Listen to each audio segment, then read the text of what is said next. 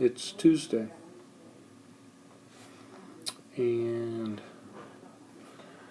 this is OS2 Linux. Talk about processes, and the students worked quite a bit on the GUI. Very little command line today.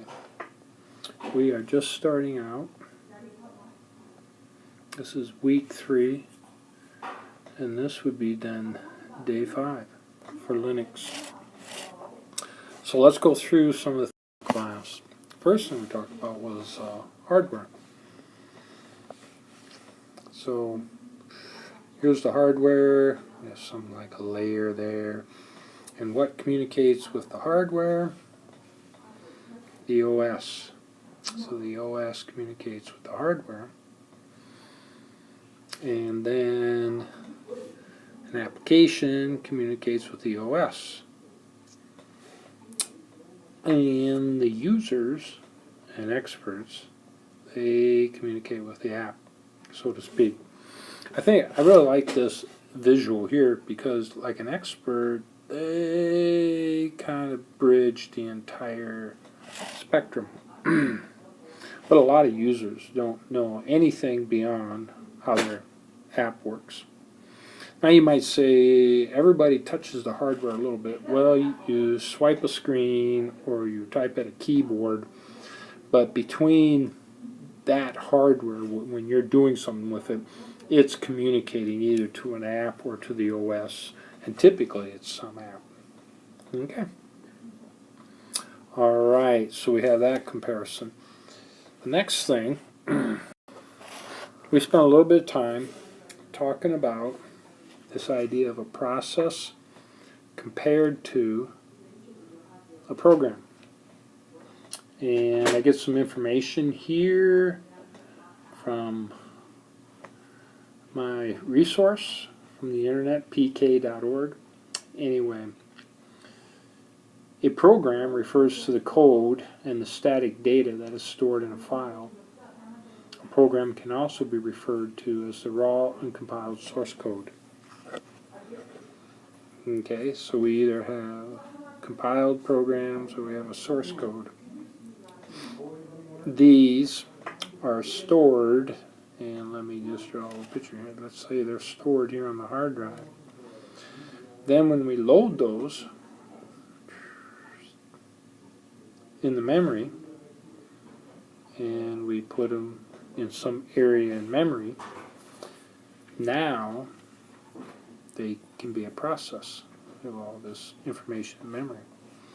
They're either executing, so the instructions are moving to the processor and back, or they can be ready to execute.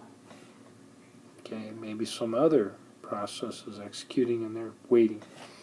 We're going to clarify that a little bit more on Thursday.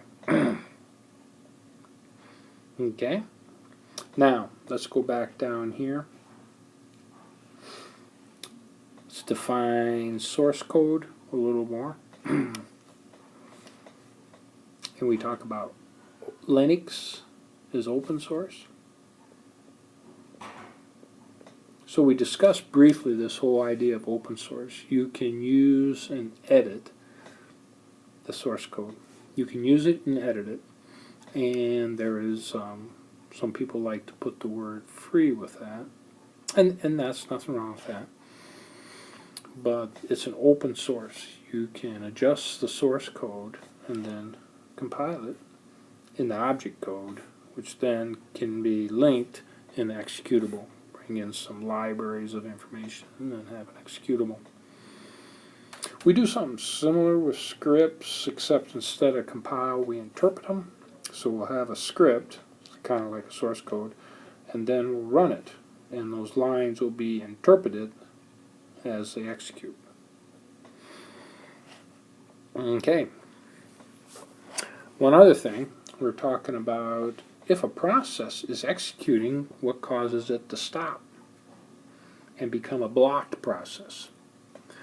Could be an I/O interrupt. So maybe the process needs to get something off the hard drive, down here. Okay, and this is a slow process to get it off of there and get it into memory and then work with it. So while the I/O is working, that process can be blocked and then a different process can be executed.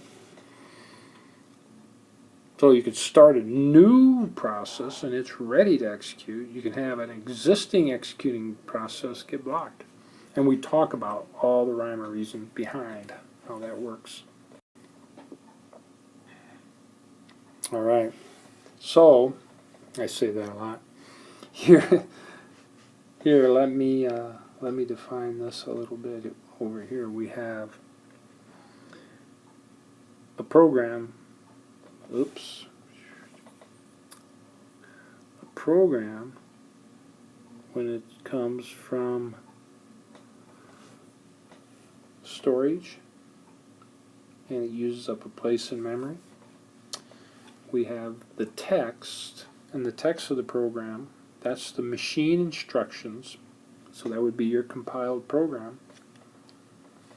Then you might have some initialized and static and global data, so that comes along in. The heap is a dynamically allocated memory. Okay, so it's going to dynamically be allocated. And then the stack, the call stack, which holds not just return addresses but also local variables, temporary data, and saved registers. So that important information that the OS needs, it keeps track of it there. And that we did, and then to finish up the day, I should mention this, the students worked on the GUI, and we looked at the processes with this auxiliary, and I showed a little bit of how we can look at processes running on the computer. This was at the command line, so that's separate from the GUI. And then we also did an example where I did a kill based on the process number, process ID. And we can talk a little more about that on Thursday. So that was it for today.